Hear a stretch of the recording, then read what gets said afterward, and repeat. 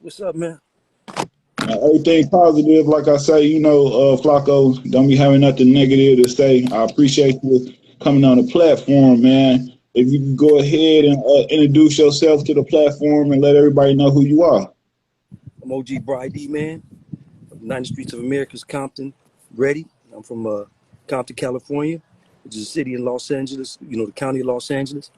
I'm from the Carver Park section of Compton, which is Willowbrook area.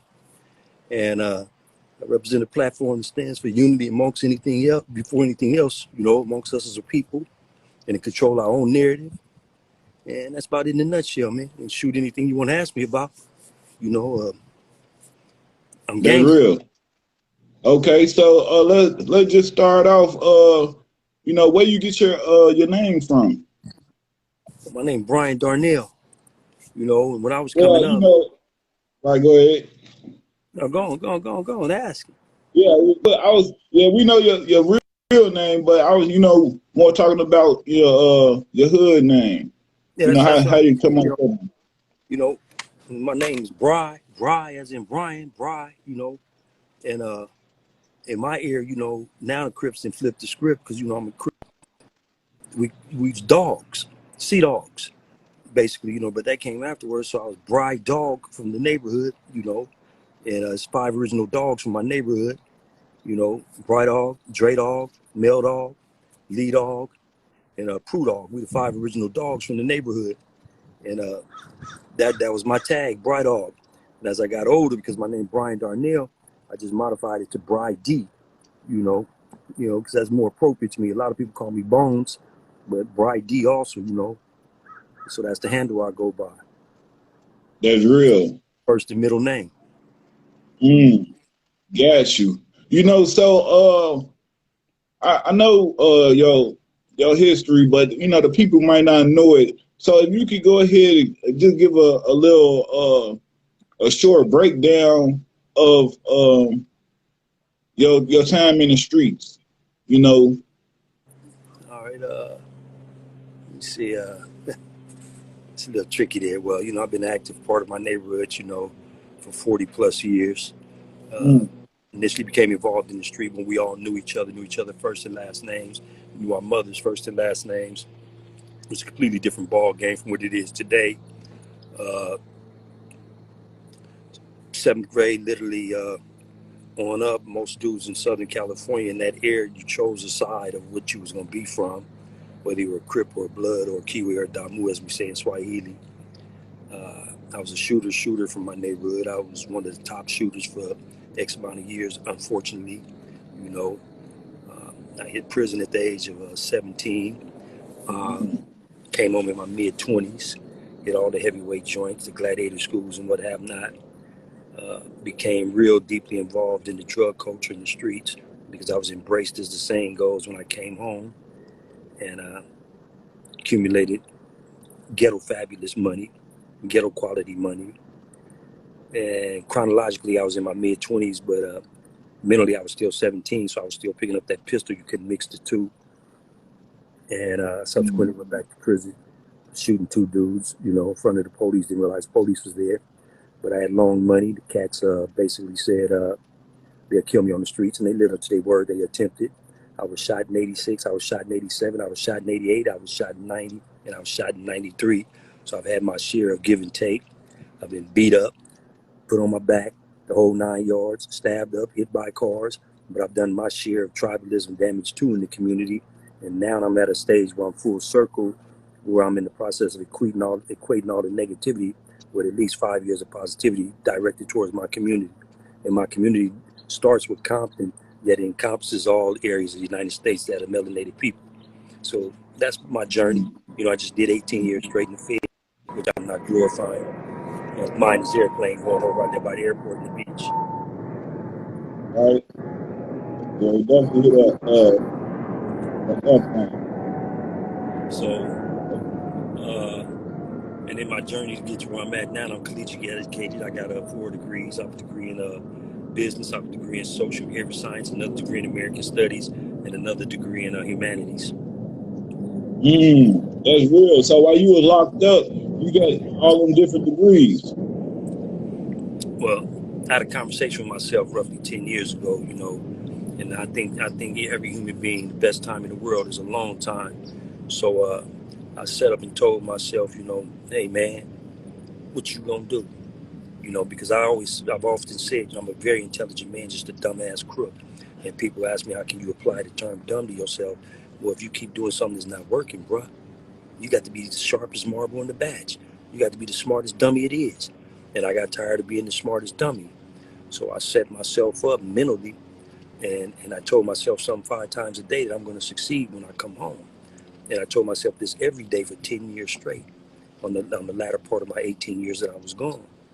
And I started manifesting second, you know, it became second nature to manifest what I put in the mix in those 10 years of just telling myself this. So, So you had a plan and you stuck with it. That's excellent. So what changed? What was the changing point in your life where you say, man, I'm finna, change and I'm finna get on a positive tip.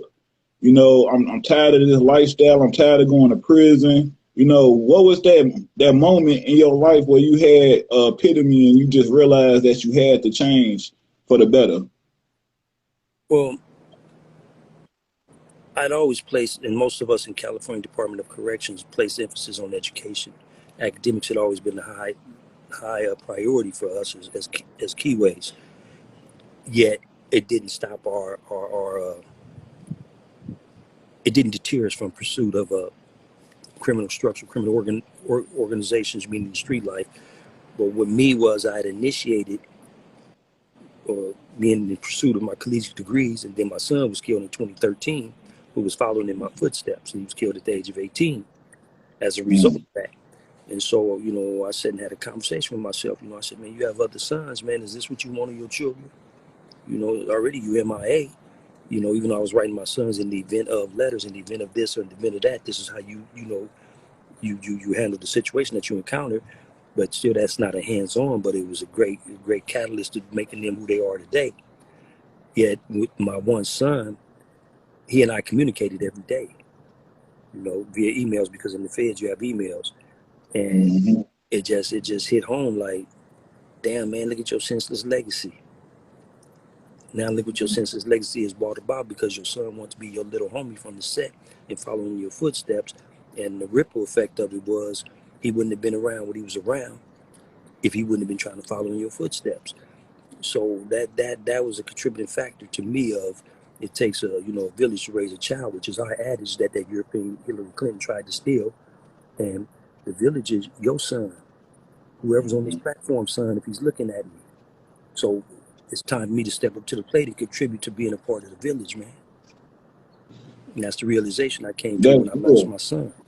Man, rest in peace to you, your son, man. I mean, with that being said, do you denounce cripping because your son was part of that and he got killed by that culture? Do you denounce it? This is what I say, man. Court Report Compton Crips are my foundation. The universe is my destination. I'm gonna explain something to you about us on the West Coast. They put us in what's called a database computer. We're in that computer for 30 years. They just put me back in it again in 2003. So that means I don't get out of the joint to 2033. So say you and your wife are driving up the street and bash me and my wife in the car.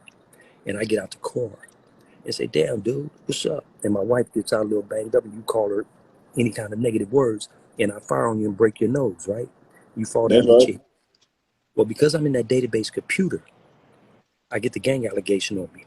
I might get 25 years to life simply for the gang allegation for assault with intent to commit great bodily injury or attempted murder on you. I'm going to get a life sentence only because I'm in that database computer as a Court Report Compton Crip. So therefore, with that being said, the stigma is still going to be on me. Now, as far as denouncing my neighborhood, I'm not denouncing my childhood friends because we were friends. You know, like I got a homeboy named Droopy from my neighborhood. Homeboy Droopy did damn near 16 years flat in the feds and had to, went home. When I came home, he kept me on point every day, calling me. That's a friend. My homeboy LV, that's a friend. He did 33 flat. He works with all the homeless now. When I came home, he stayed on my bunk every day. My homeboy Westbrook, my homeboy Fred Mac. These are my friends before they were my homeboys.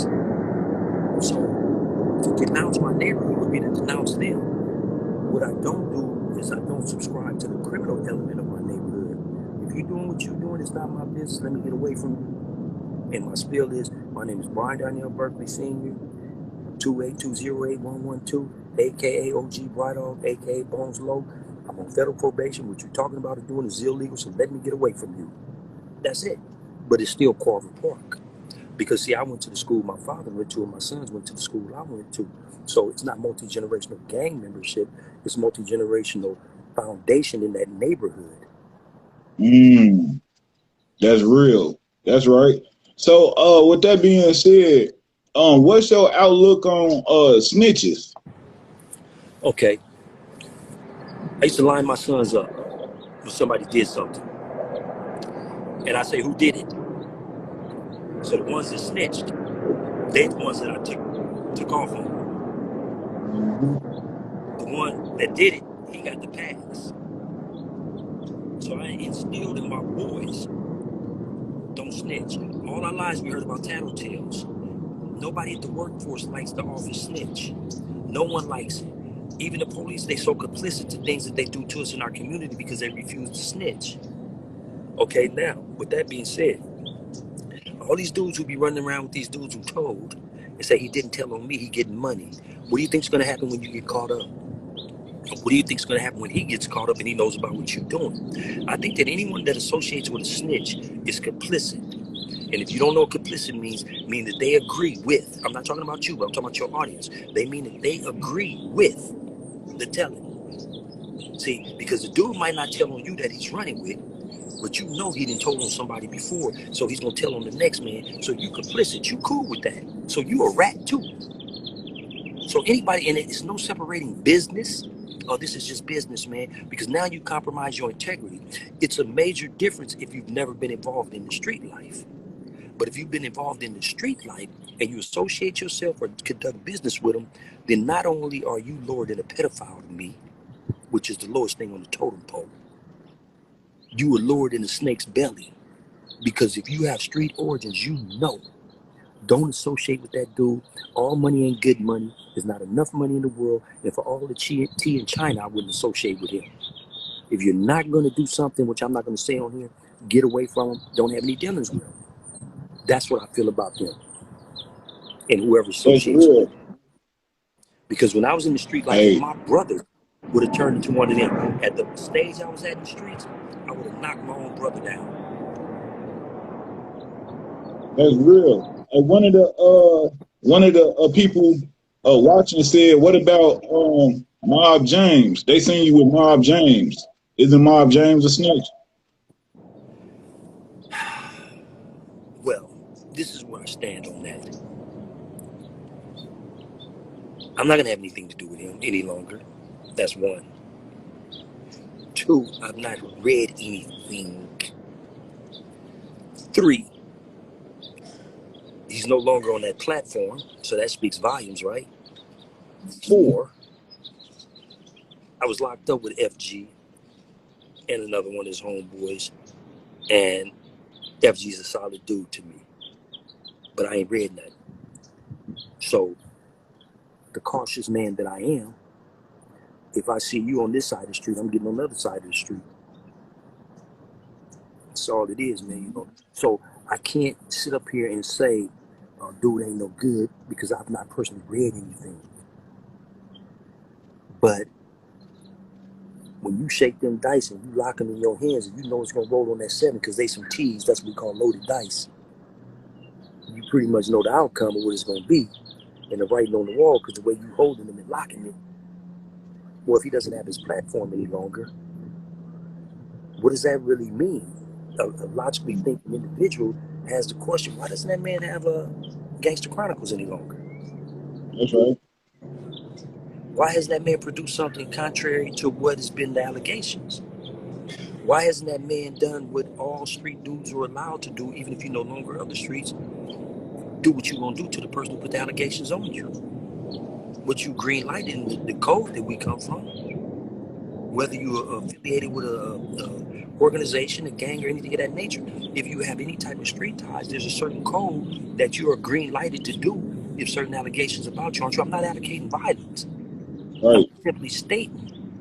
So that should, through the thin lines, say where my stance on that. Understood. So I mean, but did you have any knowledge, even the allegations, when you met him? Like, did you know anything about it when y'all was together? Like when y'all was on the video? Cause I seen you doing a video with it was you, him, and Raymond Washington daughter. Raymond Washington, Raymond Washington, the founder of the Crips structure's daughter. Okay. Prior to that, I hadn't known him. I knew his reputation because the man has a hell of a street reputation. We're in the same league, just on opposite, as far as me and shooters. I ain't a fighter. I'm a shooter. He's a fighter too. Anybody know me?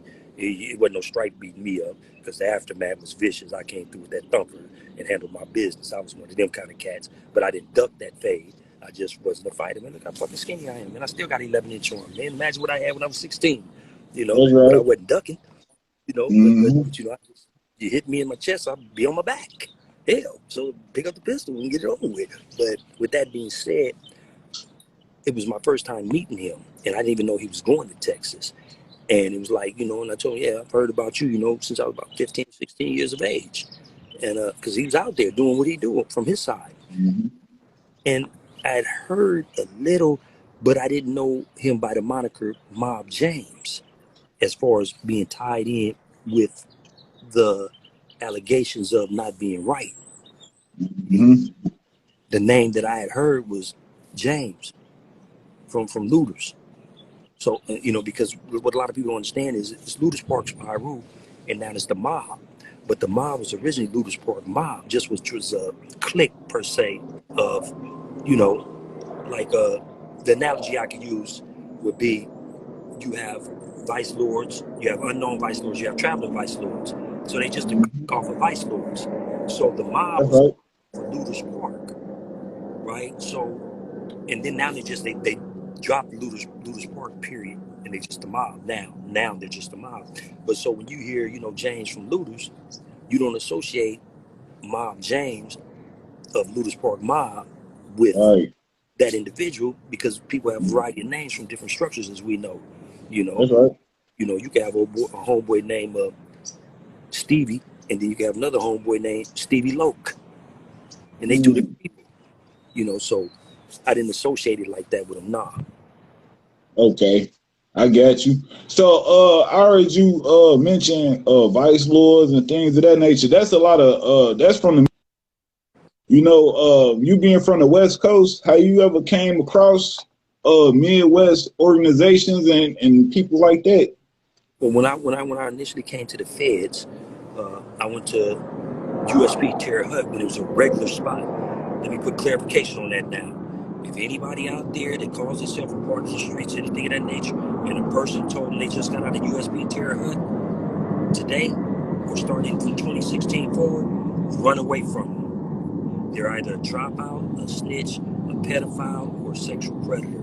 That's the only people they house there. But in 2000, from initially when it opened until 2016, it was still a regular spot. So initially in 2006, I went there. And when I got there were only like 3 Californians on the whole compound and 12 Crips, period. And I was running the Crip car, so I had to take a crash course. And with our governors, with our institutional coordinators, with our board members, with our 5-star elites, 3-star elites, princes, and so forth of the different structures, I had to find out what a traveling vice lord was, what an unknown vice lord was, and I think they had something called maniac, something like that nature. I had to learn what a BD was. I had to learn who King David was. I had to learn who Larry Hoover was. I had to learn how it went from BGD to GD to BDs, and so on and so on and so on. And by me being in charge of other men whom I had to think for and make sure they were safe on my watch, I met everyone. And my tightest partner became Larry Hoover's original co-defendant, a guy named Dee. And I'm a nerd inside, and we play Scrabble together every single day. So I built the bond, and the GDs are what we call our unofficial cousins. You know, GD's got Crips backs and Crips got GD's backs. But to the degree of this, if you were a GD and you got into something, I'd tell you, hey man, something over in that corner. I don't know how I got over there, but it's over there, and it'd be a weapon for you to protect yourself. But I'm not going to outright hand it to you. But then also, it could be 5 guys jumping on you, and I can accidentally slip with my weapon and stab one of them in the neck on accident. I didn't mean to do that. So I assist you. So, but overall, when I was in Terre Haute, GDs, Vice Lord Stones, El Rukins, and even Latin Kings had a coalition, and they still have a coalition. So a lot of them kids running amok in Chicago don't even realize on the streets.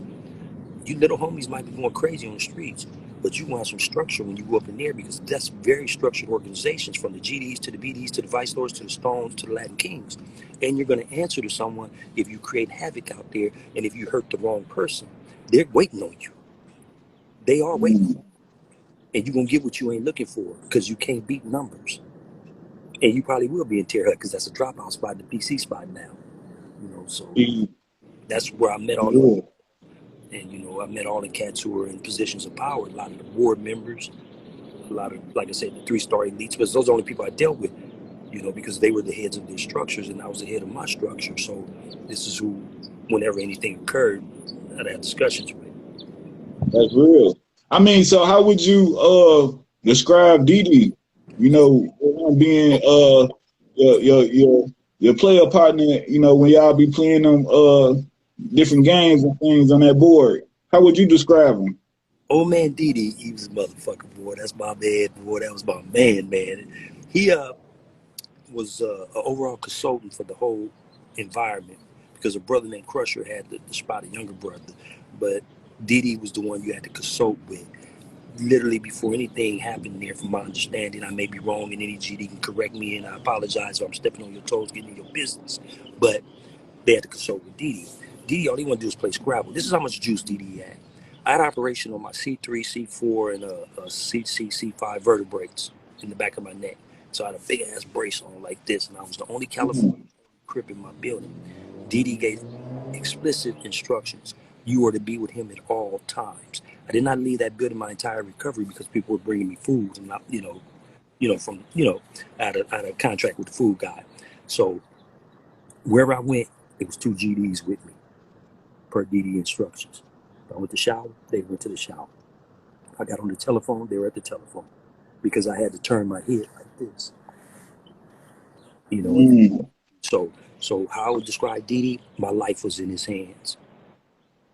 That's real. That's definitely real. So that was one of your closest partners up in there. That was my tightest, the entire Terre Haute. And I'm the type of man that when I came home, I look out for guys. Dee didn't need nothing. Politics of them, but Dee didn't need a damn thing but freedom. That's real. You know, so I didn't have to reach out to him like I've reached out to other brothers. That definitely will.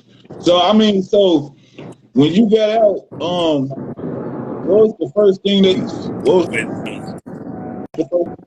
after doing all that time? What was the first thing, bro? I didn't catch you, Flock. I didn't catch you say what? I've been out what?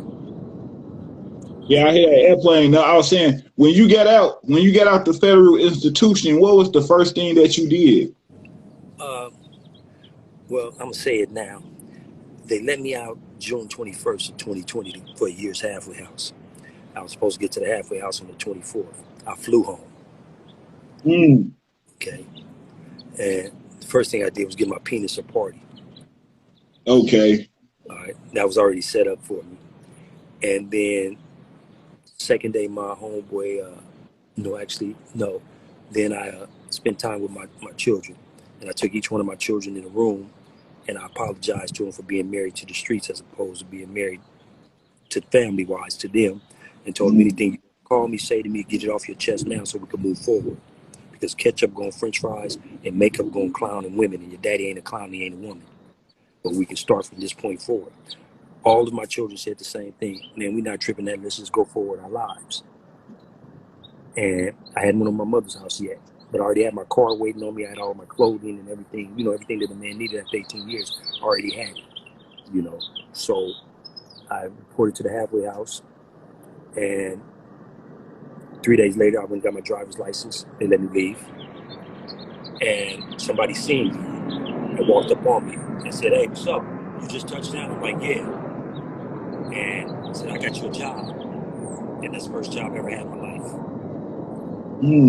With the exception of when I was 14, I had a job at a place and I turned around and robbed them 2 weeks later. And so I don't know the whole purpose of getting a job at that age and that stage of my life. So then I went to my mother's house. And I'm here, Ma, you know. And That's real. my homeboy LV taught me how to do the automated self-checkout, things of that nature, because I left the feds with a card with X amount of money on it. So did that, and that was it, literally, when I first came home, went and visited my father and my siblings, and from that point forward, it just was all about working. And then 6 months into the halfway house, I caught COVID. But because of the pandemic, when I came home, no one had to pay any money to the halfway house. So I had got a job at Toyota making 5 racks of money after taxes. So I just was stacking on top of what I had, stacking. Then when I caught COVID, they let me go to my father's house. I went there for 30 days. Fortunately, this is how the hustler guys shine down on you when you're doing right. He lives in what you dudes in Illinois called the Ops, but we call them in California the Enemigos. I seen a couple of them that were my age that I had pretty much gunned down when I was in my teenage years. Luckily, one of them, who hadn't been in this neighborhood in months, stopped by that night, and they were discussing putting my head on a platter. And he called me at work, got my telephone number, said, "Hey man, them guys know you around there, and they told one of the young homies to run up on you and knock your noodles out when you're getting out your car." I said, "Yeah." That same day, I got a text from my case manager at the halfway house saying you can move into your apartment. And I went straight to my apartment that I already had secured. And I went on for a year. And the money I stacked at Toyota, the 5 racks a month that I was making, plus other additional funds that I had. See, I'm not a miser, I'm just wiser. And I respect the dollar now. This is when I was younger, I didn't respect it because it came in so, like that. And I did what I had to do, man. I moved into my joint, man, out on the beach. And that was my first spot, post prison. And it felt good, man, that I got it legally. So that was my journey. And then I subsequently left Toyota, got a job working with the homeless, and saw that was like my niche. Then I got another job working with the homeless, and I worked 16-hour days, and now I'm where I'm at now. Wow. Man, I take my hat off to you. At the end of the day, you made a change, a 360 change, and you did, what you had to do for yourself and your family, man. And, man, I know it was heartfelt or heart touching when your sons and daughters accepted you back in their life and didn't want to hold nothing against you. I know that meant a lot to you. Yeah. But see, I was always the type of father that, to show you something, man, that men don't realize. My son, one of my sons had told my mother when I failed, he was like 7 years old, right? He's 27 or 28 now. And he said, my dad came to 11 of my football games. I didn't even realize I went to 11 of his 16 of his football games. I just knew I'd be with the homies. I was like, oh shit, my boy got a game today. Let me shoot to his game. And I'd, go up in that stand and he'd see me. And after the game, I come, good game, son. I didn't spend that much time with him, but I didn't spend quantity time. I spent quality time. I made impressions upon my children, even though I wasn't with their mothers. And I shared children with 4 different women. But I made it my business to pick them up from school, to tell their mother, I'm taking the boys to school this morning, or I'm taking the girl to school this morning, and I push over in my vehicle and do it, and while I'm pushing, I talk to my kids. So it left an impression on them, So it was basically, my children unfortunately grew up in high school and junior high school knowing who I was in the streets. They knew, because men would come up to them like, hey, this from your daddy. Tell him his uncle such and such gave you this. So my children grew up with not an abundance of shit, but of people. They moms asking, Mom, who is these men that be coming up to us? And those are your father's friends. Because I was a good homie. See, I was the type of homie that if you fail, I went and took pictures of your son. I sent you money. I went and threatened that girl and told her you're going to take his son or daughter over to his mama's house. And I threatened her with this in my hand, and they knew I was a madman in them streets. So I was the type of homie that I looked out for homies because I knew this was a part of our lifestyle. And anybody out there listening to this, I want to tell you tough ass young dudes that I'm not preaching to you. Get as much pussy as you can get, excuse that, ladies. Kill as many as your so-called tough enemies because you're doing the community a service, because they gonna kill just like you gonna kill, and they gonna hit innocent bystanders because y'all don't believe in walk-ups. Learn to masturbate unless you're gay. When you get to the county jail or whatever facility, stab as many people as you can stab as tough guys. So when you get to the penitentiary for your first few years, stab as many dudes as you can stab, and then say to yourself, this is it. But before you do any of that, go sit in your bathroom for 24 hours and ask you want to sit in the bathroom for the rest of you. That's what I tell you, tough guys. Because I sat in the bathroom for 12 years without a cellmate, and I was like, if I didn't have a strong constitution as a man, I'd be a nutcase. That's real. That's definitely real. Everybody needs to take heed of them wise words. How when you were sitting in the cell and all them years you did did you ever have remorse for the people that you returned back to the essence, or the people that that you murdered? Allegedly. Allegedly. But damn, I'm laughing about that's nothing to laugh about. But no, what that was is I used to say to myself that, okay, I went after reputables, and reputables came after me. And I was like, shit, he was banging like I was banging. He was a shooter. He got bodies under his belt or whatever, right? And then I took what's called a trauma course. And it introduced me to what's called the ripple effect.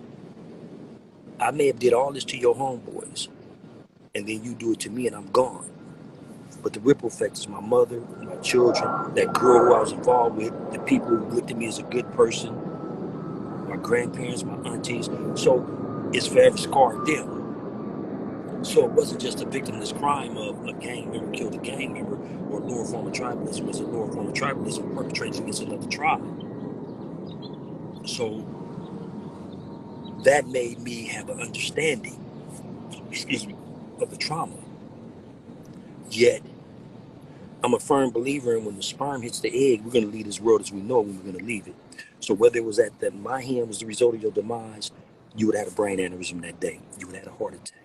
So that old saying that it's his time to go or her time to go, I believe in that. But I don't believe in that as justification of committing an act against a person. But I do believe, it's like a double-edged sword. It's like, that sounds oxymoronic, but it's just my belief that you're going to leave this world as we know it when you're going to leave it. So because of all the negativity I put down in my community, I'm dedicating the next 5 years of my life and leave with my 5-year plan, my exit plan, should the creator, she and he, allow me to live that long. I'm dedicating 5 years of my life to my community.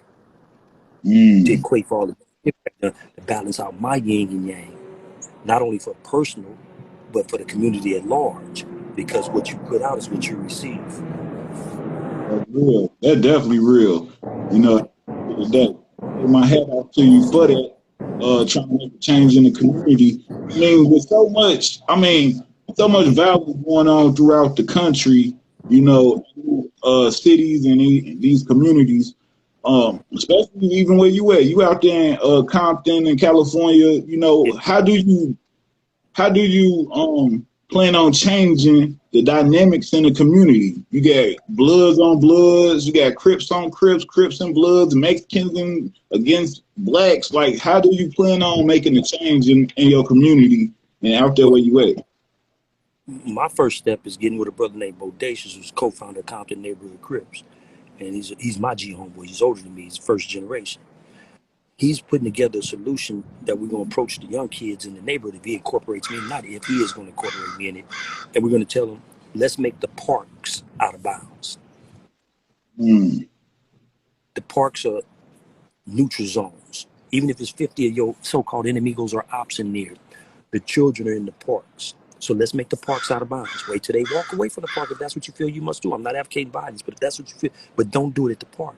So once we get, I'm not going to say if, because if my aunt had a dick, she'd be my uncle. All right. So I'm going to say once we get all the different tribes to agree that the parks are out of bounds and the children go back to the parks, that's a major step. Because once you can get them to sit down and agree that the park's out of bounds for the sake of the children, then you can get them to understand, oh, by the way, the dude that you killed, when you go to the penitentiary, his homeboys are your allies. And it's the same thing in Illinois. That GD, that BD, that Vice Lord, that Stone, that whatever you got going on, or them cliques of this, that, or another, when you're gunning each other down, when you go to the joint, you're up under a coalition where all of you rock as one. That's real. And a lot of people need to know that. Yeah, and a GD can catch a violation per something that a Vice Lord seen him do, or a BD seen him do, and report it to the correct authority figure over here, and he'll get a pumpkin head. He'll get a mouth shot. And it's the same vice versa. And it's like, how is my op, as they say in Illinois, gonna go tell on me and get me a pumpkin head? Because you fall up under the coalition, the same structure. As far as Keyways and Damus, which is Crips and Bloods, when you go to our joints, we have a loosely fitted alliance because it's a cultural thing. As far as Crips killing Crips, when you go to the joint, you fall up under the same umbrella. All that shit is left on the streets. Now you're doing the rest of your life real tight with a dude who homeboy you in there for flipping. Don't make no damn sense. So once you can get the parks back, and you can start pointing out to these dudes, and then you can have the homies that are incarcerated, that are forever dates, well, as we say Chinese letters, which is one gone. We say it like that, one gone, W-1-O-N-E-G-O-N-E, one gone for the rest of his life.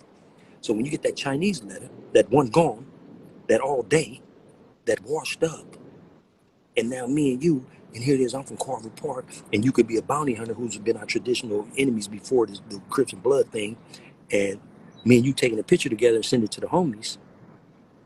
It's like, damn, he in there for killing the bounty hunter. Damn, that bounty hunter in there for killing the Carver Park, and the two homies is kicking it.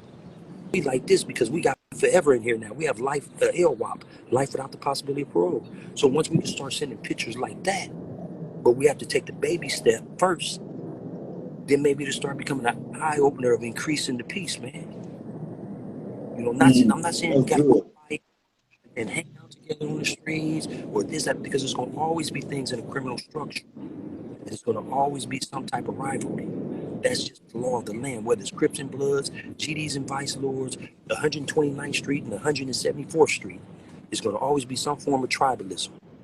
So that's not gonna be eradicated, but to slow it down to nearly a standstill is a possibility that can happen in my lifetime and in the next 5 years. That's real. How you seen a brother by the name of CripMac? I'm supposed to interview him tomorrow.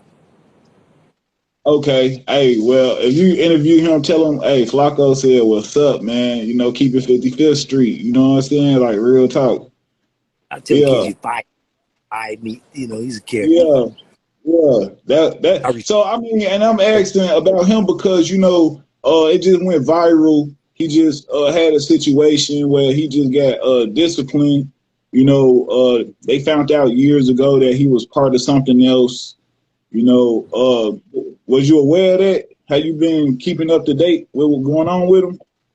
Okay, what I'll say on that, because you have to tread lightly on neighborhood business, because I'm from Compton, even though neighborhoods are our allies, right, to a certain degree. They made it not neighborhood business when they allowed it to go viral. So this is what I can say on it.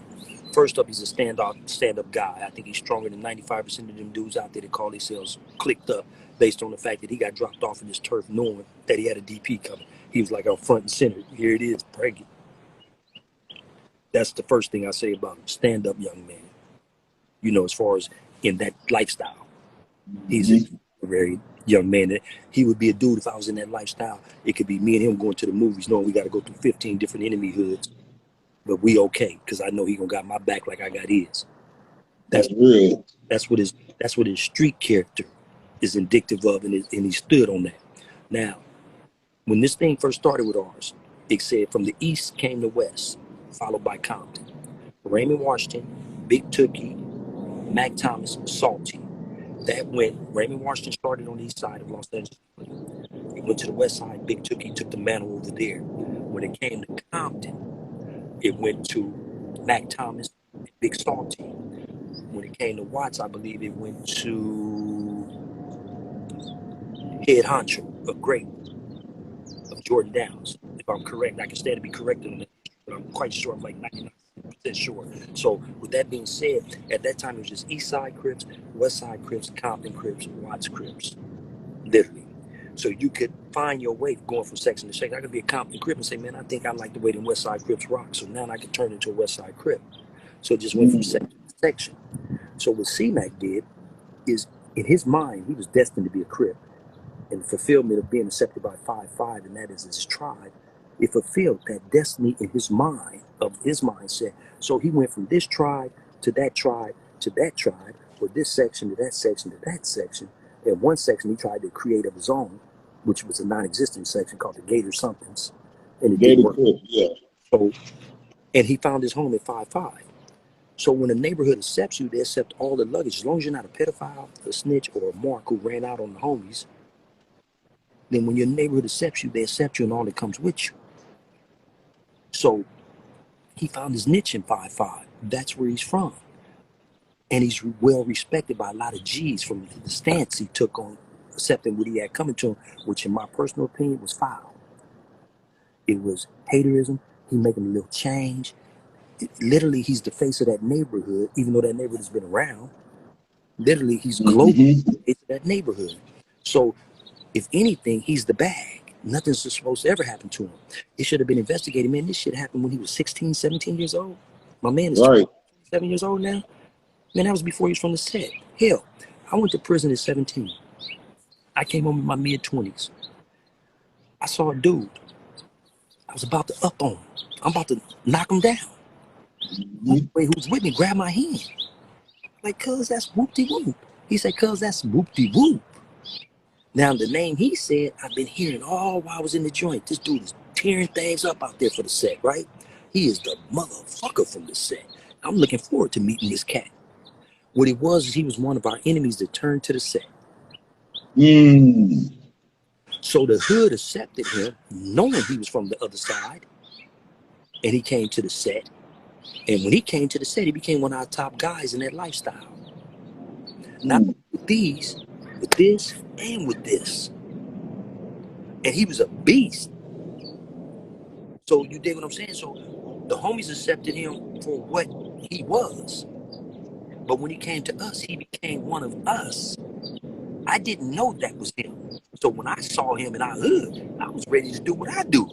And to the homie in light that he has a different name from our set, that was his name from when he was from the enemy set. And so it took me years to accept him because he was a rival of mine.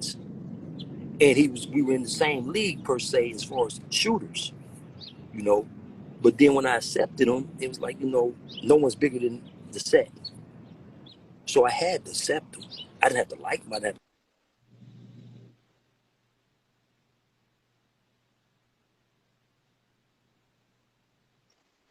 You know, outwardly, I'd always had the appearance of accepting him because we have structure.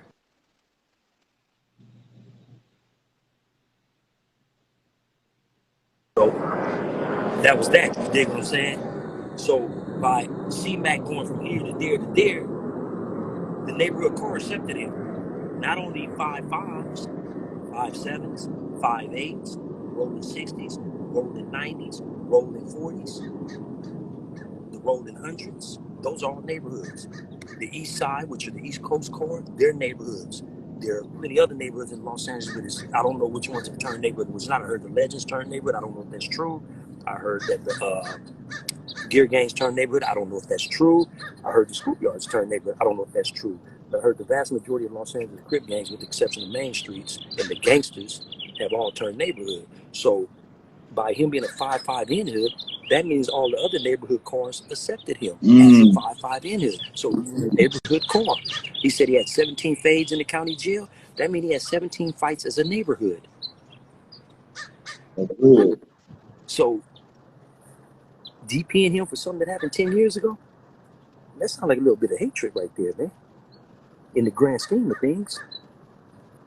That's real. Yeah, man. You know, when I seen it, I just, you know, I didn't want to, I didn't want to see, what you were going to say because, I ain't from the West Coast. I'm not sure how the West Coast politics go, but I do understand how brothers, can flip from a different organization, it'd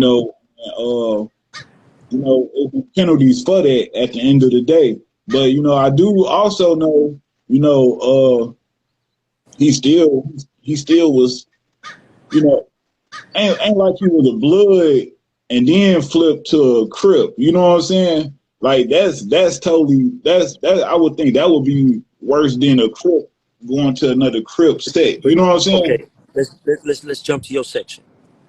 We've had vice lords turn into GDs when they were 15 and 16 years old, and vice versa. Right. We had dudes that were 14 years old, and mama moved from the Wack100s over there to Lawndale. That's right. I'm from the Wack100. Shout out 10 Trey. Real talk. Okay. And he 14 years old, but he about his business. But now he had a couple of fist fights, and now they don't want to kill him. They want to turn him out. They said, we're going to turn him out. We're going to make him from the set. Watch. And now all of a sudden, he's a vice lord. And when he go back through the Wack100s, they thinking he's still one of the guys. And he turned around and dump him out and say, I'm whoop-de-whoop, vice lords. But he changed before he was 16 or 17 years old. So in a way, it's a thin line that's sort of acceptable of, damn, you used to be a Damu when you was 12, 13, 14, or you used to be a Keyway when you was 12, 13, 14. Now your mama, they moved into the heart of their neighborhood.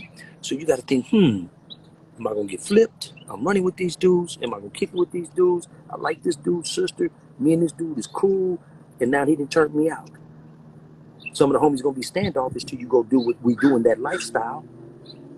And then when they see that you with the business, they ain't forgot all about you. Used to be a Crip. To one of them get mad somewhere down the road, who get jealous of you and say you used to be a Crip, man. And then you tap his ass, and other homies be like, "So what? He the homeboy now." Mm-hmm. So you accept the luggage of an individual as long as he's not a pedophile, a snitch, or a mark. He's the homeboy. And it was the same thing when you look at tribalism in the motherland. I may be a Watutsi, you may be a Zulu, you may kidnap me into your tribe, but I may earn the right to marry your daughter, who's a chieftain's daughter, and become a noble figure in your tribe, and I acclimated to your tribe, and it was acceptable. So tribalism is us as a people has existed. It's just, and even on the murder tip, unfortunately, but when we came to this country and lost our complete identities, we associated ourselves with structures because at that time, due to 1930s, when Franklin Delano Roosevelt made the New Deal, and they said, okay, all you sisters, you can get AFDC, but you can't have a man in the house. So that knocked a big dent in us. So now as young men, we gravitated toward gang structures, which was a camaraderie, and then older homeboys, father figures, or guidance, let's not say fathers. And then that was all fine and dandy, but it wasn't on the level it was on today. But then when they introduced feminism and they told all the sisters, y'all come on into this feminism too. So when these Europeans invited these sisters into the feminism, which they initially didn't want to do, now the sisters begin to get jobs in the workforce that we'd rather have that negress or that sister as opposed to that Negro. So now we're meeting what's called the equal opportunity because we have a person of color. We have a double whammy. She's a melanated person and she's a woman. So that further ostracizes us men in the household. So men, little boys, we ran amok in them streets. And we reverted back to that lower form of tribalism. So if we said hopped, as we said, we joined another tribe and it was acceptable. That's real. So that's definitely real. When you understand the psychological impact of us getting tricked on that shit. See, but then you have the Negroes that I've seen that say, well, we enslaved each other first. Yes, we did. The spoils of war. Yet we didn't do the atrocities of castrating a man, of breeding a man, of taking a woman's child and selling it. Exactly. We didn't do madness of branding a person. Yes, we did do what we did on tribal warfare. But hasn't every culture in this world, and even the culture bandits, the European, done the same thing? Except he just took it to a different level of barbarism. So it is what it is. So as far as us as structures, man, yeah. See, Mac, okay, you jump from here to here, but you found your home. I don't know him nothing but a stand-up 5'5". I don't know him as nothing but a stand-up neighborhood. That's real. Yeah, definitely, and he definitely the face. You know, for them brothers, and just really, right now he kind of the face for the Crips because there's not a lot of Crips uh just blowing up like the way he is, you know, and the way he coming off is so original. Like the world is really, you know, rocking out with him, you know, globally. Like he got a lot of fans. You know, like I said, I'm from Chicago and I rock out with dude. You Yeah. know, I want to talk to myself. But You we know, have a lot so of unsung heroes, but visually, he is the face of a turnaround on cripping. You know, and I'm not putting him in league with Snoop, but Snoop is too. See, it's a lot of things that Snoop do for the community people don't know about. And visually, though, you see CripMac out there doing things, and what people don't even notice what he's doing. Yeah, a lot of people feed the homeless, but how many of them you see grab the homeless and give them a hug? right, That's a major that's difference. real. So you know, and so you know, you brought that up, and I want to elaborate on that a little bit with Snoop because Snoop, you know, some brothers look at him like he a real. I'm just You know, I wait for the playing one on airplane to my go head. by. I hear the airplane. Yeah, yeah. But now I'm listening No, to you, Snoop. yeah. What? What I was going to say is, yeah, I have seen some people say Snoop Dogg is one of the realest Crips to come out of California. Then I have seen some brothers say he just an entertainment Crip, that he never really was a real Crip like that, that he just entertainment, and that, you know, that's how he is, just a celebrity Crip. He never was a real Crip like that, you know, Okay. active. I'm gonna put it on the table just like this. First off, Snoop is a rolling 20s Long Beach Crip, uncut without a doubt. Not because he's Snoop Dogg, but because he's Snoop from that neighborhood. Okay, he branded himself. What is part of his brand? A rolling 20s Crip out of Long Beach. What did I say earlier? Carver Park is my foundation. The universe is my destination. Rolling 20s Long Beach Crip is his foundation. Okay, the universe is his destination. That's one. Now let's go two. Snoop did his little time in the county jail for a dope sale. Fortunately, he didn't go to the pen at that time. He Right? called drug diversions, what have not. And then he got out and was discovered as a rapper. So blew up away from rolling 20s, but wasn't negligent. Pulled some people up. However, it turned out that's their business. I don't know, but he pulled some people up first and foremost from Long Beach. That's the first thing he did to get them actually getting some of his money. He never denied his roots. He never stopped representing it.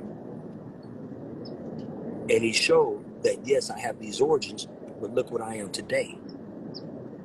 So between him and CripMac, and I'm not putting him in the same category because they're two different apples and oranges, but what they're showing the dude, even the young gangbanger that's confused and feels like he doesn't have a way out, is look at me.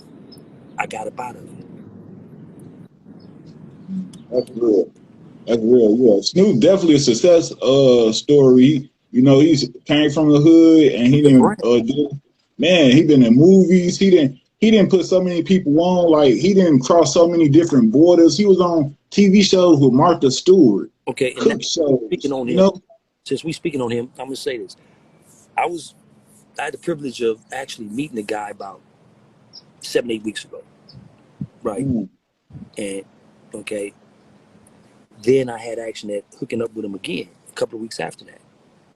I watched this man who was supposed to be here for 30 minutes take 3 hours, and everybody from basically the custodian to the college professor that was present. He talked to him, had a kind word for him, had a smile for him, and took a picture with him. mm. And then he and I were hollering about something. I said to him, look, man, look at all these people that want to talk to you. I can catch you another time. We hollered. We went down memory lane on something that blew his mind that I knew about. And I said, I'll catch you at another time. We'll set it up at another date, man. You meeting and greeting all these people that you don't have to. That ain't nothing but respect. And until everyone that wanted to deal with him in the environment that we was in dealt with him, That's when he left. Mm. So to me, that says volumes about that man's character. Because that man is a multi-millionaire. And it was like, I don't have to say nothing to you dudes. I came here to get 30 minutes of my time to this and I'm out of here. Hold up. That man stayed until 3 o'clock. I mean, for 3 hours. Mm. So I don't have nothing things to say about him. See, because when you're part of a structure, it's just like a job field. If you're a graphic designer and I'm the computer tech, you're the designer. That's the custodian at the company. That's the numbers cruncher at the company. Everyone has their role in their job. It's the same thing in the structure of the background I come from. You have your shooters, you have your car thieves, because it's a criminal structure, so I'm just speaking of criminal elements of it. You have your players, you have your burglars, you have your forgers, and so forth. So, okay, maybe Snoop's role in his structure wasn't to be the killer. Okay. Maybe his role was, I'm the homeboy that we fight when we go to high school, when we go to football games, when we go to concerts. I'm the homeboy that's there to lend my support on throwing a few blows. I'm the homeboy that on the block, I got the burner, but ain't nobody pushed up. I ain't never been tested with it, or I have been tested with it. I don't know his business. And then all of a sudden I get action and making multi-millions. So maybe it's a gift that he was at the right place at the right time and has the actual street cred of belonging to one of the tribes and was able to blow up on a global scale and to show other tribes that if I can do it, you can do it. Yeah. Hey, I definitely took that type of inspiration and motivation from Snoop at the end of the day, because like we all seen him go through his trials and tribulations, with murder cases, and they try to belittle him and try to degrade him, from speaking about women to smoking the weed to they just tried to penalize him from for a lot of different things, and he didn't rose above all that to show that, hey, I'm not the stereotypical black man that y'all try to put me as, and I'm definitely a black man with common sense, with knowledge, and a business-minded individual. I just come from a Crip neighborhood, and I represent where I'm from. At the end of the day, we just seen him on halftime Super Bowl show. One of the, it gets bigger than that, but I mean, he just doing phenomenal things and still bringing Crippin' with him. He not forgetting his roots. He actually showing brothers, look, you could be a Crip and still do something positive and productive with your life. You know what I'm saying? And not just the Crips, he just showing everybody that, because everybody know his background. Yeah. Something, man. I'm gonna show you how vicious these people are. I'm not saying she's not right. I'm not saying she's wrong, because I don't know, and I don't, I'm not elaborating on that. You have a woman that came out the woodwork with allegations against him. Okay? Now, we all know this is a capitalist society for monetary purposes. First off, you could have back-channeled him. And if he would have felt it's better to pay you to make you go away and sign a non-disclosure and this, that, and another, so be it, if that's what he felt. But here it is. This man just purchased, or he's the face of death row. And people say, well, he can get this, get that. Let me explain something to you. Death row is going to dominate the game. That's one. Every young rapper with raw talent is going to be beating down that door. So he doesn't need the masters. He doesn't need this. He doesn't need that. He's like a farmer at the harvest time. He can pick the best of the crop that he wants. But here it is, comes these allegations. Why now? Prior to Super Bowl, why now? Death row. Okay, Super Bowl touched 50 million people globally, minimum. So let's put it out there that he did something to a woman. So now the powers that be, let's try to deter people from messing with death row. See, I read between the lines. Yep, I seen it. Because it would have been easy to say, man, here go 5 million, shut up, get out of my face. And you ain't never had 500,000. You saying I did something to you years ago. Why are you popping up now? When I'm at the pinnacle of success in another. That's right. So see, I'm not saying she's wrong. I'm not saying she's right. I'm not judging opinion on that. I'm saying the timing is off. Right, yeah, the timing is very suspect on why things happening right at the pinnacle of this guy's career. Yeah. And at the pinnacle of him purchasing that something's going to be a power. See, Death Row is about to become the Motown. And see, now the piggyback on something you said earlier. Yeah, they were saying he was he had a lot of misogyny in him on women and this, that, and another. But watch this, man. To paraphrase a homeboy of mine, when the Nation of Islam came into its top power in the '60s, what it did was show black men. It took all the junkies, all the pimps, the whores, and everyone else, and said, you can be this, you can be economically sound, and still pride in us as a people again. So it was at the right time, at the right place for that era, right? Now, what I'm using is a parallel. He may have said B's and H's and the N words in his rap lyrics, and ain't no fun if the homies can't have none, or whatever, however, whatever songs, and so on and so on. But that was appropriate at that time for capitalistic record sales. So I'm not the same man I was a month ago, 2 months ago, 2 years ago, 5 years ago, 10 years ago. We're in a constant state of evolvement, whether we want to accept it or not. If we're full of buffoonery, we evolve to more buffoonery. If we're in pursuit of a quest of knowledge, we evolve into that. So we manifest every day into something new. So that was then, this is now. So you can't throw that in his face. And so in the way I used the nation was simply at that point in time, in this country, that was needed for brothers. Mm-hmm. Now, it may not be applicable today to a lot of people, but then it was needed. So it's the same thing when he was saying B's and H's in the 90s and talking about murder was the case they gave me and so on and so on. That was appropriate then for the capitalistic gain because that was hot. That's what was selling. And you could bet your last dollar to a donut the Europeans had their hand in a lot of it. Definitely. Perhaps, I don't know, distributions, so on and so on. Even though Death Row was doing what Death Row was doing, it was a very lucrative and rich company. But you can bet your last dollar to a donut, then Europeans had their hands up into some type of way. And see, so with everything he learned through trial and error, Death Row is going to be phenomenal. Because he's going to surround himself with the right people. Because he had firsthand knowledge of what happens when you don't surround yourself with people. Hell, that man rubbed shoulders with Martha Stewart. That's real. That's what I'm saying. Yeah. I'm saying that I'm saying it because of her business mentality. Businessman. Yes. Doesn't See, matter. that was business mentality. Whatever. Mm-hmm. So, Yeah. He did some things. And then by being able to witness in a private setting how he conducts himself, and you can see a person's true character because they say the eyes are the windows to the soul. And not once did his eyes say, here we go with this bullshit again. Damn, I'll be glad when this is over. It was no type of calm or demeanor like that. And as a man who's been, unfortunately, self-imposed obstacles in my life and been in the positions that I've been in life, you read body languages. You read the eyes. You read facial expressions. You read everything because it's detrimental to your health in the environments that I've been in. So in reading that man, now that man has positivity flowing out of him. I know I made it, but I ain't no better than you. But yeah, I'm chipped out. But if you come with something lucrative and concrete, I'm willing to help you, bro. I ain't giving you a handout, but I'll give you a hand up. I done gave all my handouts. That's real. That's definitely real. And that's what it's about at the end of the day. Showing a brother how to fish. You know, not just giving them the fish, but, you know, showing them how to fish, you know. Yeah. Yeah, I'm with that at the end of the day. So, I mean, so with that being said, I done heard a couple different things.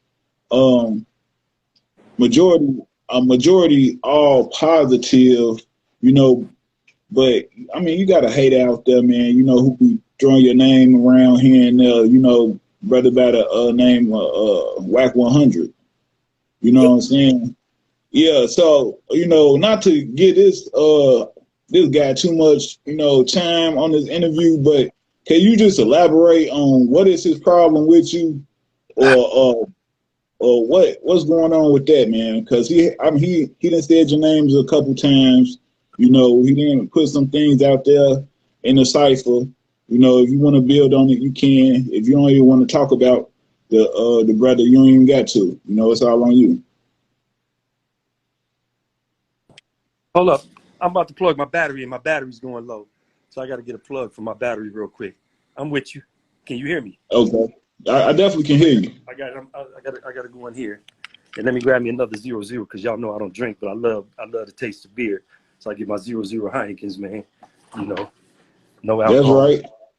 You know, I don't smoke, I don't drink, I don't get high, I don't do anything. You Are know. you a vegetarian? Nah, but I don't eat swine. I watch what I eat. You know.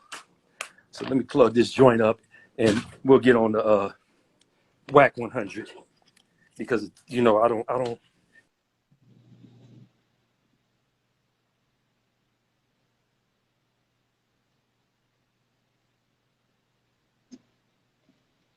All right, nah, I love G. Hey, we waiting for Bro to come back. Okay, we here now. Definitely. Let me flip this over, and okay, I'll entertain now. What was you saying? I was saying if you want to just elaborate a little bit on Wack100. WAC 100, what's going on with that situation? All right, what's going on with that situation is this, man. You steadily tearing down brothers that are trying to make it. That's the first thing. All right. Then you steadily putting jackets on dudes, calling this dude a snitch, that dude a snitch, but you don't have any paperwork to back it up. You a dude that, you know, I don't care what you say about me because this is what you need to know about me. I frequent them same circles. So I'm not with that BS of social media spats calling you out of your name or anything of that nature. You know, do your background check on me. You know, I am who I am. Paperwork cleaning board of health. Brian Daniel Berkeley Sr., aka OG Bry-Dee, aka OG Bry-Dog, Bones Loke, never made a statement, never will. From the initial time I went to prison to my sentencing transcripts, you can read all that about me. Yeah, and 3 times in the Philly courts, 9th District, LexisNexis, Lexus mobile app, Fine Law, Westlaw.com, Brian Darnell Berkeley, Brian with an I. Look me up. Solid. Cleaner than the board of health when it comes to that idiotic shit. Multiple homicides, not proud of them. All that bullshit. So everything that I am, you wish you were in that street life. That's what it is with Wack. You know, constantly tear down brothers. And by constantly tearing down brothers, you know, so and like I told the brother to his face, I think you're a social media marketing genius because you are the Jerry Springer of social media with sensationalism. But you're not the voice of the West Coast. You don't represent all the Damus on the West Coast. You do you. Not hating on you. You always throwing how much money you have in people's faces. Dude, you couldn't even buy a house on my block. That'll be all your $3 million gone. On my block. I live in Playa del Rey. You couldn't even buy a house on my block. You'd be in debt. You'd have to mortgage your trucks. So all that money shit don't mean nothing to me. You ain't got a clue. You know, so my problem with him is how he tears down brothers, and he have all these minions who've never lived our lifestyles. And you can be what you want to be on social media. You can be what you want to be in the anatomy of the where it's anonymous in those clubhouse rooms where you can put this picture up or that picture. Where you have this fake lawyer Phoenix, everything you say. You know, I would ask her, "Are you really a lawyer? Out of your last 20 cases, how many did you take to trial? And of those that you took to trial, how many of them did you beat?" Because that's what I used to ask lawyers. Or are you a paralegal? If you're a paralegal, do you shepherdize? Do you do it the old-fashioned way? Because I was a law clerk for 10 years, but I'm not a lawyer. But I can cite cases off the top of my head going back to 1911, 1908, you know, so things of that nature.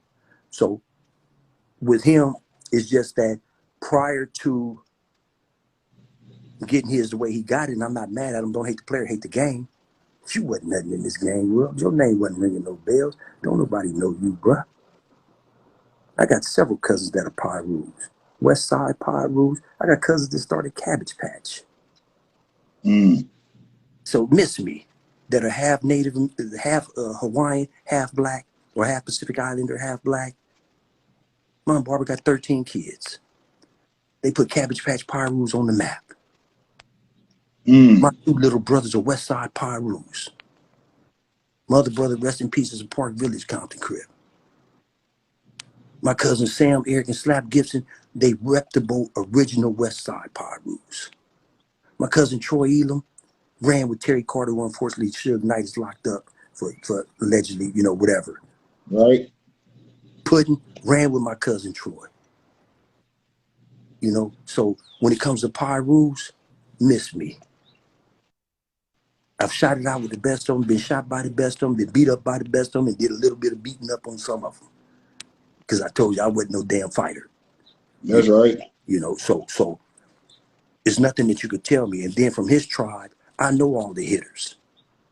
Because I associated with them dudes that was about their business and was representing that thing real tough. And his name didn't come up in the circles that the cats that I dealt with from his neighborhood, because the dudes I dealt with was all shooters. So my problem with him is you make it popular to say that's on this or on that, as if you're still an active participant in the streets. So you have all these clowns following you thinking that's cool. So if they got their grandson sitting in the room with them listening to the podcast that they own, and you're, that's on this, that's on that. Then that kid think that's cool. See, I have problems with dudes like that. Dude, you live in the suburbs of Antelope Valley. You don't live in the projects of Pacoima. Mm-hmm. You don't need street cred. You're a successful businessman.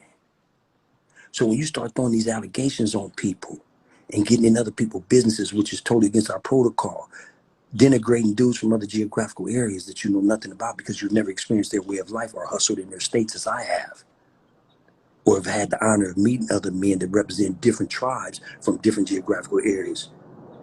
So you could put my name in your mouth all you want. Just watch how you put my name in your mouth. See, you can't call me broke. You can't say I'm not a reputable. You can't say I ain't never squeezed in that sick world that we come from. You can't say that I ain't never put in work in them stoops, because I put in work everywhere.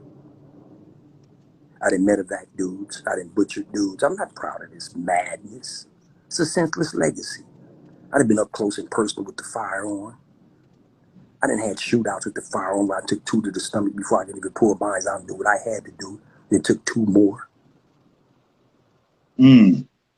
I've been through the ringer of all of that, man.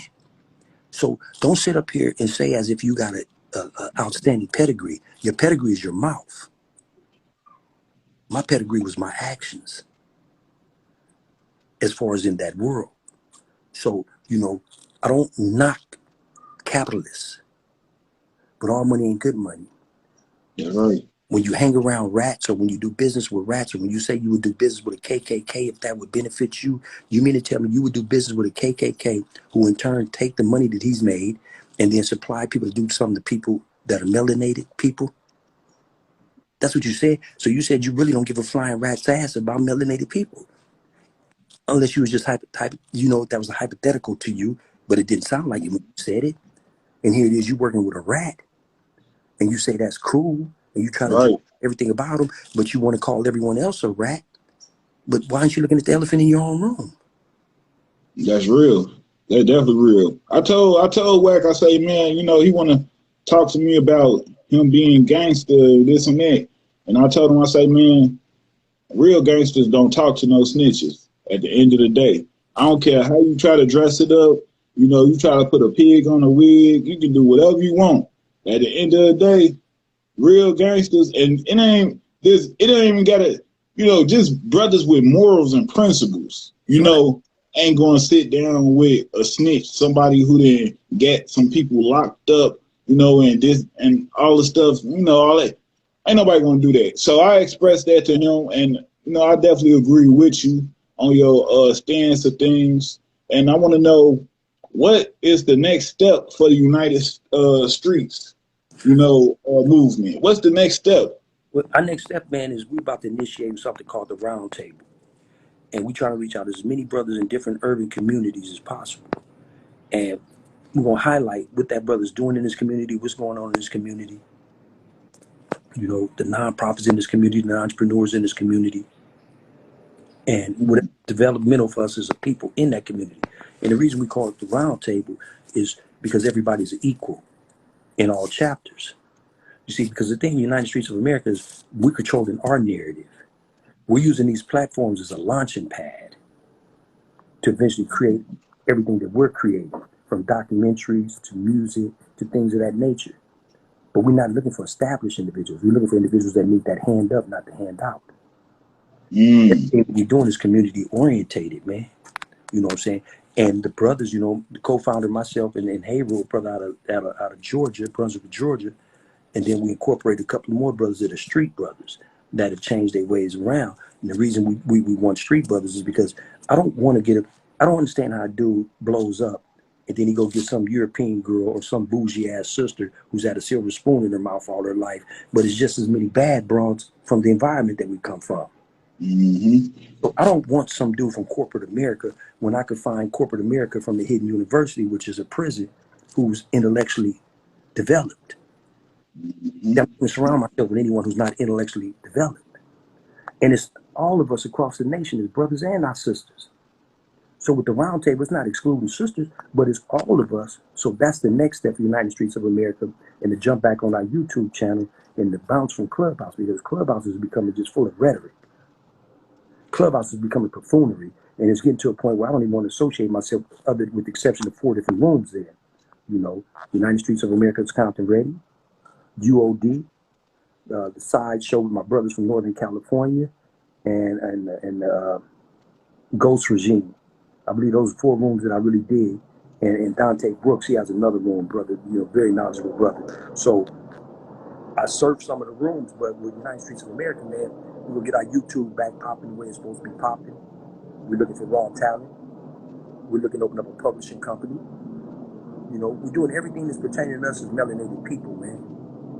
Because see, our flowers, as the saying goes, they're gonna come naturally. We don't have to seek our flowers. Actually, our flowers are gonna be given hand-ups. So it's a lot that we have on our plate, man. We're about to start back up.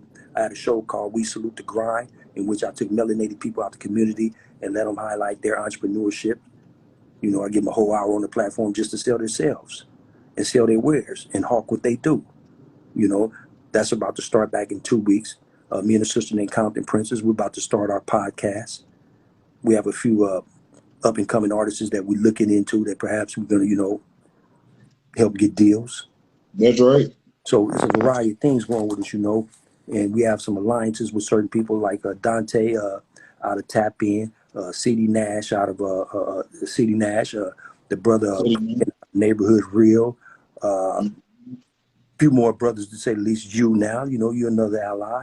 You know, and what we doing, man, is trying to put one step in front of the other foot. You know, one foot in front of the other foot, taking steps for the community. And the community doesn't just encompass Compton; it encompasses all communities.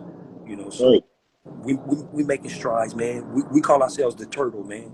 You know, because the Turtle won the race. And to paraphrase my business partner, Melly Mel, of the Hood Postman, you know, which he has his own podcast. My other business partner, Gangster, has a OGENT TV. We have our diversity, but we have our collective. But to paraphrase Melly Mel, the Hood Postman, we building this airplane as we fly, man. See, this is new to us. You know, but we're not going to have no bickering, no name calling on our platform. So if that dude want to call me every name in the book, I don't give a fat rat's tail.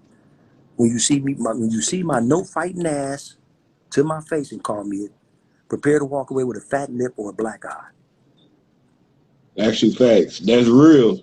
That's definitely real. So, I mean, where can they find you at? Where can everybody on the platform and all the fans and everybody who want to rock out with you or who want to have an opportunity to chop it up with you or to get up with United Streets of America, where can they find you at and how can they link up with you? Well, you know, the link, I guess you can put the link up. It's United Streets of America.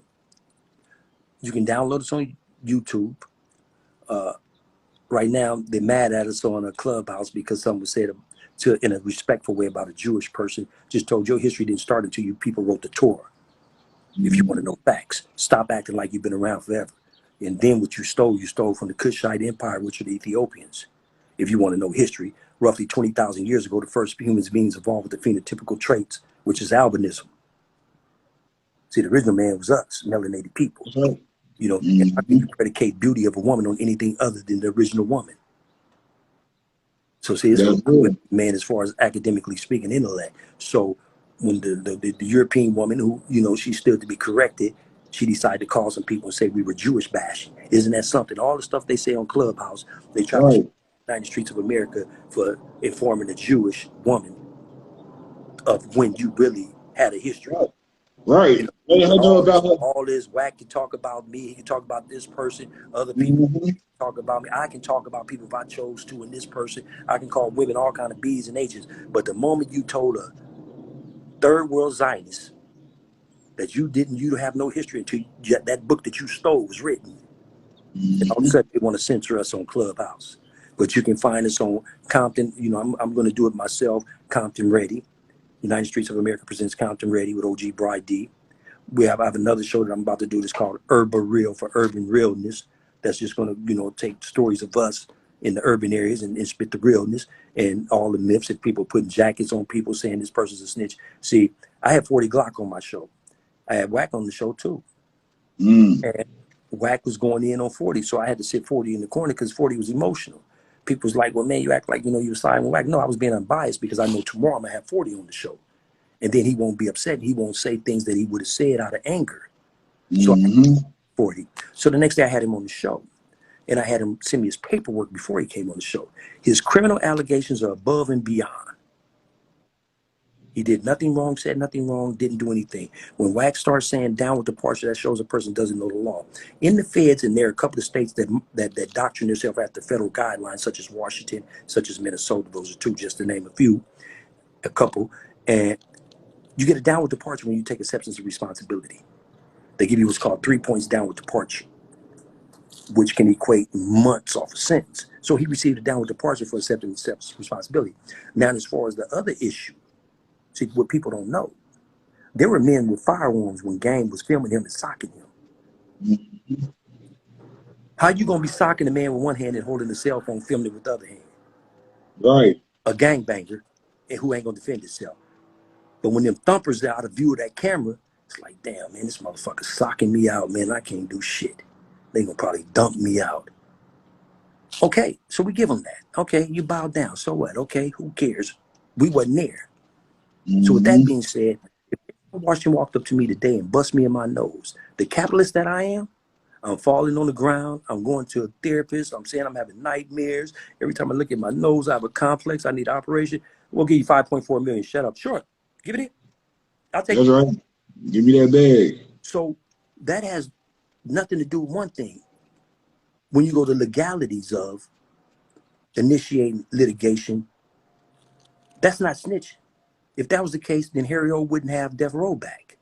He took Suge Knight to court. What was he supposed to do? Send somebody to stab him, shoot him, kill him? This is a multi-million-dollar corporation that you funded. And the man wanted to tell you, kiss his ass. All right, my lawyer talked to yours. That's not snitching. Now, if Harry O and Suge Knight were both selling heroin, and Harry O got caught and said, well, Suge selling heroin over there too, that's snitching. That's snitching, right, definitely. If 40 Glock had a criminal case with Gang and Wack100 and told on him, he's a snitch. That's snitching, right. He sent me his criminal paperwork. I brought him on my platform. He understood why I temperamented him the night before, and I let him have free rein for over an hour and some change. I did the same thing with Yael. Because you can't put a person on the platform with Wack100 because he's going to overtalk him based on the Napoleon complex, which is a short man complex. Right. Talking loud, saying nothing. So I let you have your way because I'm unbiased. Because I'm securing my manhood. I'm securing who I am. See, I'm a man that'll sit up and tell you I done took L's and I done took W's. Physically, fighting. So that don't mean nothing to me. If a motherfucker put me on my back, I'm going to congratulate his ass. But you can bet your last dollar to a donut if I can catch you slipping at 2:30 in the morning on a Thursday in the alley, ass out. But other than that, I'm going to buy you a drink, shake your hand, and hey, it's all gravy, baby. You did that. But if he's a homeboy of mine from my neighborhood coming up the way we come up, you have to accept your L's. You can't go to the gunplay, you know.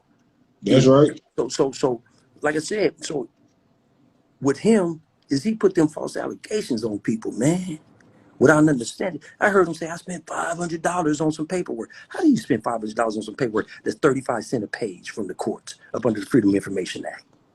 Right. What kind of paperwork was that? Was that some platinum paperwork, some gold paperwork? What the hell? Was that paperwork on the stock market or something? What the hell are you talking about?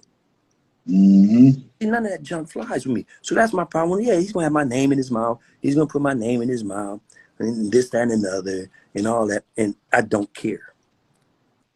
You won't get a response out of me because I'm secure in who I am. That's real. You That's don't definitely even real. so I don't spend too much time on him. So that's my beef with that dude, man. It's not really a Okay. beef. It's just a dislike of how he conducts himself. But I will say it in landing, as we say on Clubhouse on him, the motherfucker, and that's what I said, is a social media marketing genius when it comes to sensationalism. Mm. It's Jerry Springer of Clubhouse. And Jerry Springer had a 25-year run. But I just think, this is just my personal opinion, and I will land on this. Watch what you saying, dude. Your mouth is going to write a check that your ass can't cash because certain dudes and certain geographics are not forgiving. Actual facts. That's just some advice. I've been told him that. I've been told him that. You know, he tried to act like he didn't know what I was talking about. You know, but I talked to him about it. You know, at the end of the day, you know, brothers need to use their voice to help brothers instead of belittling brothers and breaking brothers down. You know, it's already hard enough for, like you say, melanated brothers and sisters out here just living an everyday life trying to survive and things of that nature. So, you know, for that brother to use his sources, his voice, you know, his power that he do have to, you know, belittle brothers and expose brothers and do all the things he's doing at the end of the day, you know, it's a discredit toward our people, man. You know, at the end of the day, you got to help brothers, you know, build themselves up, not destroying them. So I'm in agreement with that. You know, so you say you got United States, like, okay, so you got United Streets of America. You got California, you got a Georgia division. What other divisions do you have around the country to give the people a outlook on, you know, currently, how y'all we in talks with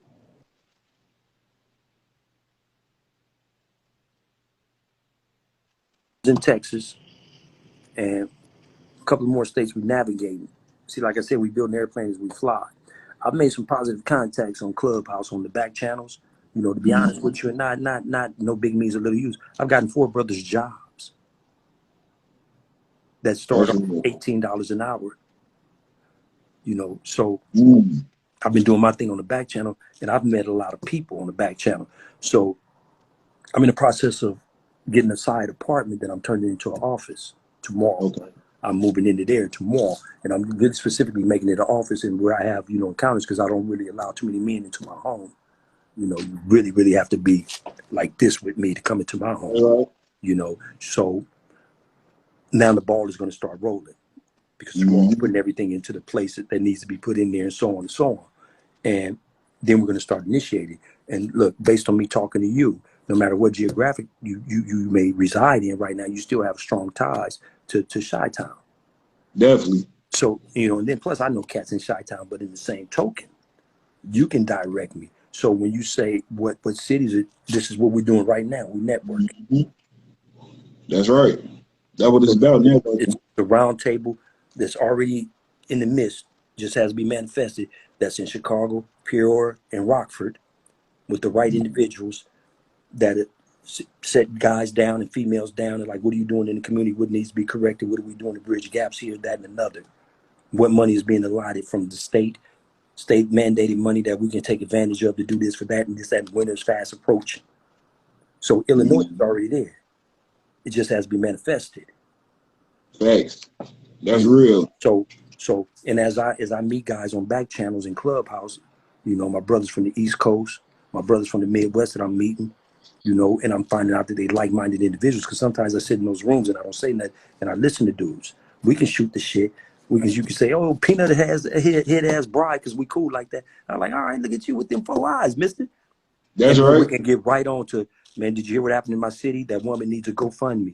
Can you think you can get it jumping on the West Coast? How much does she need? What's the monetary object? Okay, I'll kick it off and I'll start it off with 400 myself and I'll let the people that follow me know. If you can do anything from $40 to $400, put it in there. And then we can go back to, but I like them glasses you got on, boy. You know, That's so real. some of the clubhouses that I sit in, I watch them where they go from where we joke with each other to where they joke with each other and they do productive things for each other. And those are the brothers, like-minded individuals. When I listen to them speak, that I saw out and I back channeled with. So it's a lot of different things as far as the roundtable being initiated and how we're going to do it nationwide. That's real. Can you just elaborate before we close out a little bit on the laws that I think a lot of young brothers don't have knowledge on when it comes down to the firearms and the videos and how the government utilize those type of laws against them? Okay, I seen a video today that was disturbing to me as an older man called, I'm not going to say the name of it. Right. The young brothers were out of Chicago. It's drill music. I finally had to figure out what the hell is drill music. They had all kind of firearms. Okay? And I'm going to say this to you so y'all can understand it. You can get mad. Maybe because you get mad, this word induce you to listen. You dumb, stupid ass motherfuckers. You stupid ignoramuses. Showing them firearms online, the feds will come and give you a stupid, silly ass a case, which is called a 922. A fucking firearm. They will get you affected interstate commerce on that pistol because the bullets was made in Missouri and the gun is in Illinois. The handle was made in California and the gun is in Illinois. They call that interstate commerce. They will book you. They will give you a minimum of 5 years for that firearm and a maximum of life because you showed it on a video. And it is not a